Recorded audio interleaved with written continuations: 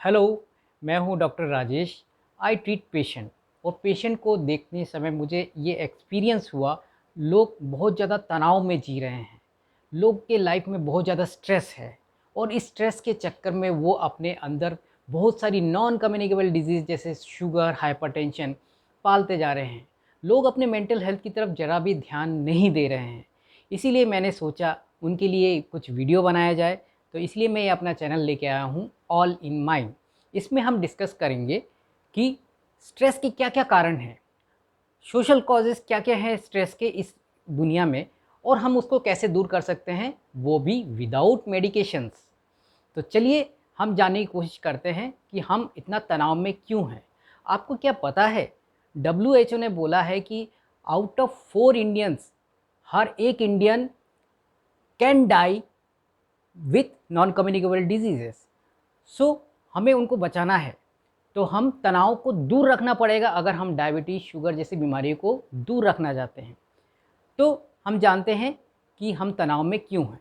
पहला जो कारण है, हम लाइफ से बहुत ज़्यादा एक्सपेक्टेशंस रखते हैं। बहुत सारी अनरियलिस्टिक एक्सपेक्टेशंस हैं हमारी लाइफ में। ये एक्सपेक्टेशन इतनी ज़्यादा है कि हम उसके चक्कर में तनाव में रहते हैं। कुछ एक्सपेक्टेशंस फुलफ़िल होती हैं, कुछ एक्सपेक्टेशन फुलफ़िल नहीं होती। लेकिन हम लाइफ से एक्सपेक्टेशंस रखते रहते हैं। आपको पता है एक्सपेक्टेशन का चेन रिएक्शन होता है। एक एक्सपेक्टेशन फुलफ़िल होती है तो हम दूसरे एक्सपेक्टेशन पे कूद जाते हैं, दूसरी फुलफ़िल होती है तो तीसरे पे, और हमें पता भी नहीं चलता।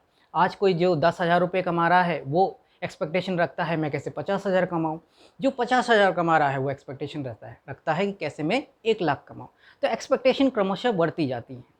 लेकिन हम बहुत ज़्यादा अनरियलिस्टिक एक्सपेक्टेशन रखते हैं।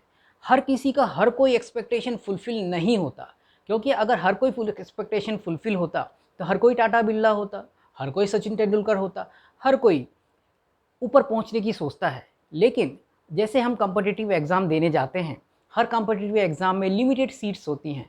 तो ऐसा तो संभव नहीं कि हर कोई सक्सेसफुल हो, कोई तो फेलियर होगा, कोई जीतेगा तभी कोई हारेगा, कोई फर्स्ट आएगा तभी कोई सेकंड आएगा, कोई नौकरी पाएगा तभी किसी को नौकरी नहीं मिलेगी। तो इसका मतलब ये हर एक्सपेक्टेशंस की एक लिमिटेशंस होती हैं, हर किसी की हर कोई एक्सपेक्टेशंस फुलफ़िल नहीं होती। तो अगर हम लिमिटेशंस के बारे में सोचें तो लिमिटेशंस क्या है, तो हमें एक एग्जांपल लेना पड़ेगा। आप सोचिए कि एक बैंक में एक लॉकर है। लॉकर की 2 चाबियां होती हैं, एक चाबी बैंकर के पास है और एक चाबी आपके पास है। बैंकर की जो चाबी है वो है लक, और आपके पास जो चाबी है वो है हार्ड वर्क। आप अपनी चाबी से जितना भी लॉकर खोलने की कोशिश करें, जब तक बैंकर नहीं चाहेगा आप नहीं कर पाएंगे, नहीं खोल पाएंगे। इसका मतलब है कि आप हार्ड वर्क भी कर लें तो भी ये चांसेस रहती हैं कि आपकी एक्सपेक्टेशंस फुलफ़िल ना हो।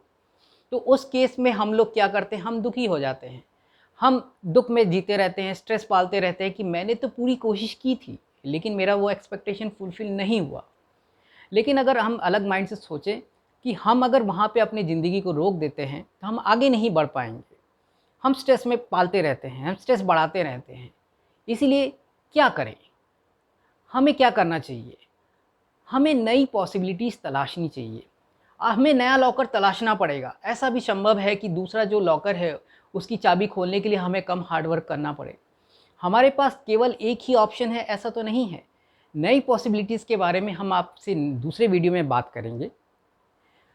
हमें अपने आप को, अपनी कैपेबिलिटीज़ को पहचानना चाहिए। साथ ही साथ हमें अपने लिमिटेशंस को पहचानना चाहिए। हम किस चीज़ में आगे बढ़ सकते हैं। अगर हम मैथ्स में आगे बढ़ सकते हैं तो हम बायोलॉजी क्यों लें। अगर हम इंजीनियर बन सकते हैं तो हम डॉक्टर क्यों बने। कोई अगर हमारे पास बिजनेस चलाने का एक जज्बा है, तजुर्बा है, हम बिजनेस चला सकते हैं, तो हम क्यों सर्विस करें। हमारे अंदर जो कैपेबिलिटीज़ हैं हमें उसी को आगे बढ़ाना चाहिए, ना कि हम किसी और सेक्शन में चले जाए और वहाँ पे अपने कैपेबिलिटीज़ को तलाशने की कोशिश करें। और एक चीज़ इम्पॉर्टेंट है, हमें अपनी लिमिटेशंस को भी तलाशनी बहुत ज़रूरी है।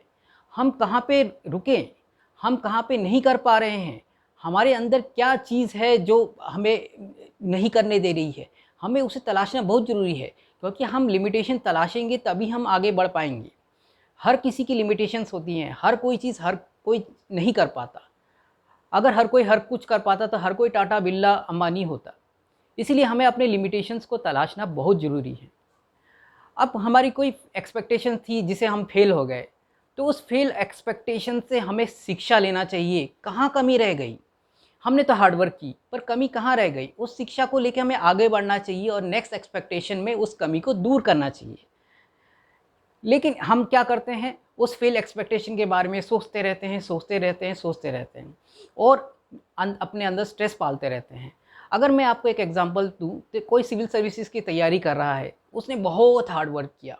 हार्ड वर्क करने के बाद वो अपने सारे अटेम्प्ट लेने के बाद भी सिविल सर्विसेज क्रैक नहीं कर पाया, तो वो दुखी हो जाता है। दुखी होकर सोचने लगता है मेरे दोस्तों का तो सिलेक्शन हो गया, लेकिन मेरा सिलेक्शन नहीं हुआ।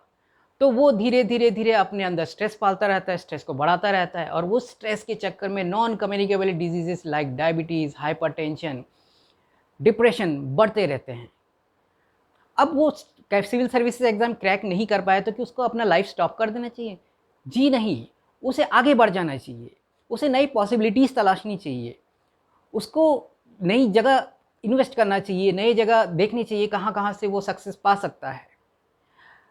आपके पास जो है, जो भगवान ने आपको दिया है, जो आपने अपने कैपेबिलिटीज़ अपने मेहनत से अर्जित किया है, उस चीज़ों को आप एन्जॉय करिए। लाइफ में जो आपको मिली है उस चीज़ों को एन्जॉय करिए। आपके पास साइकिल है तो साइकिल को एन्जॉय करिए, बाइक है तो बाइक को एन्जॉय करिए। आपके पास आप सैलरीड हैं तो आपने अपनी सैलरी को एन्जॉय करिए।